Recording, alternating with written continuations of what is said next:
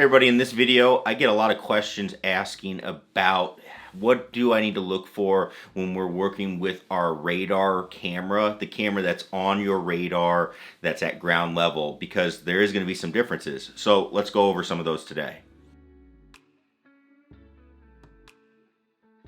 Hey everybody, Scott Hogan coming at you. We're here, we're in the office. If you've been seeing the Chasing Scratch series, you know this is where I do a lot of work getting prepared for how I'm going to practice. And so I think that's something that you can be doing as well. But I do get a lot of questions on, some things that people can look for and things like that. So we're going to talk about using your radar launch monitor as a camera and just notice, try to pick out some differences as what we're going through as we're going through our swings. So with that said, let's dive into it. So I'm going to be using, you've seen me in the channel obviously use the Mevo Plus a lot. That's the main one I use. But, I also use the Rapsodo. I do, use that from time to time with especially juniors and when I have multiple people hitting. So I do like the unit a lot. So they're both great and they both do good things. So whatever one you're using is going to be fine. Trackman has one too. FlightScope X3 has theirs as well. So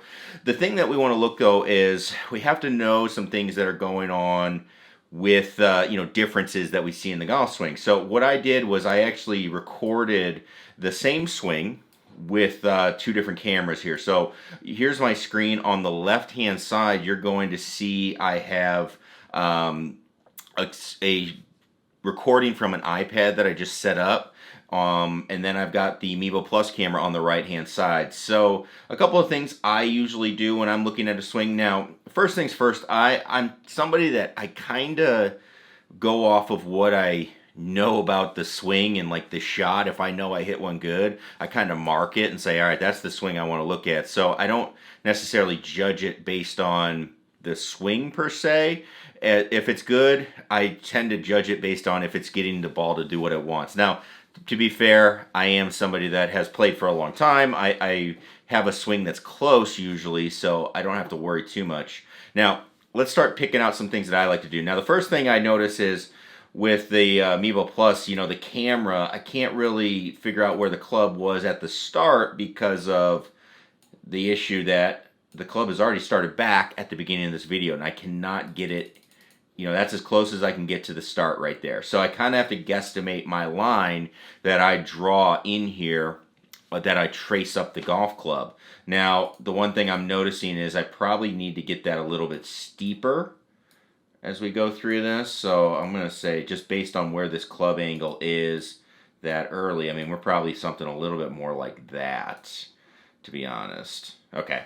So that's what we're going to be looking at. Now, what do I like to see typically in the golf swing? Well, this isn't, the big thing is it's not life or death, like you have to do this, but I typically like to see the golf club traveling somewhere close to this line. It might go above or below it, that's fine, but there are some times where I like to see it, looking like, hey, the club is getting to this spot. So one of them going to be right here. Now, one thing that we're going to see is this club, if you're looking at this camera, this club appears like it is way inside. Now, I typically like to see the club covering my hands, but the thing that we have to know is that the camera right now is directly over the ball, right? So my camera is looking right down here. Normally, I actually like to put the camera in line with the hands, and what that does is that would probably make this look a lot closer to where that club is covering the hands. But because I have the camera over the ball, a good takeaway is most likely going to look like it is inside of my hands, just because of how camera perspectives work. Now, let's take a look at this. Again, in line with the ball, but down at the ground. What we're going to see is, still a little bit inside. Here's our golf club right here. So we're still a little bit inside. One thing I'm noticing right off the bat is my body is definitely looking a little bit more steep. It's also looking like I turned more on the one on the right. So that's something that is interesting to see. And so what I'm expecting is for this club to look like it's going to go vertical here as we go to the top. So let's take it up there to the top and let's take a look. So on the left, I actually really like this top position. I like seeing that club covering my right shoulder. That's something I like to do.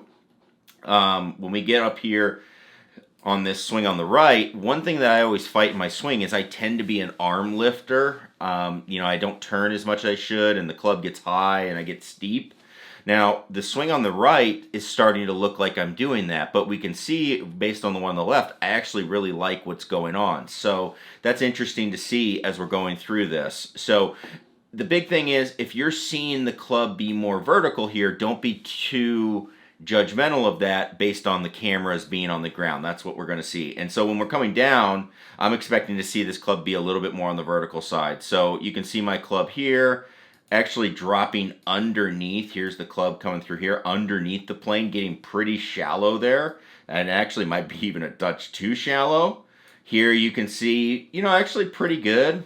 It actually, in relation to the line, it's actually doing a lot of the same things, but the thing is, it's going to look different in relation to the body. So, at the end of the day, what you're really looking for, again, one of my things is I like to see a club that is staying pretty close to this line throughout the swing. So you can see, like, coming here, notice how the club is parallel to the line. The club is working towards the line. Club head's pretty much on the line there. We're working down that line.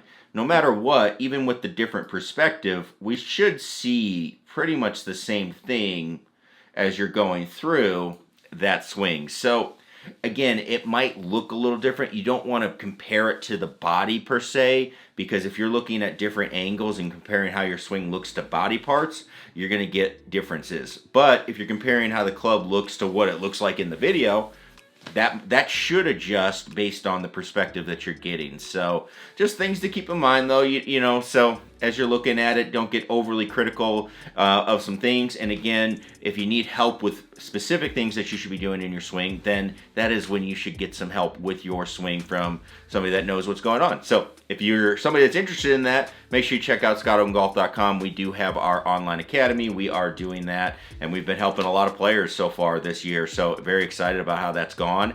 And if you're interested, check it out. So anyway, if you have any questions, please click that comment section down below, leave a comment, and click that subscribe button. We have more Chasing Scratch. I'm excited about episode 3, getting on the golf course with it. So don't miss out on that. And as always, thanks for watching. We'll see you in the next video.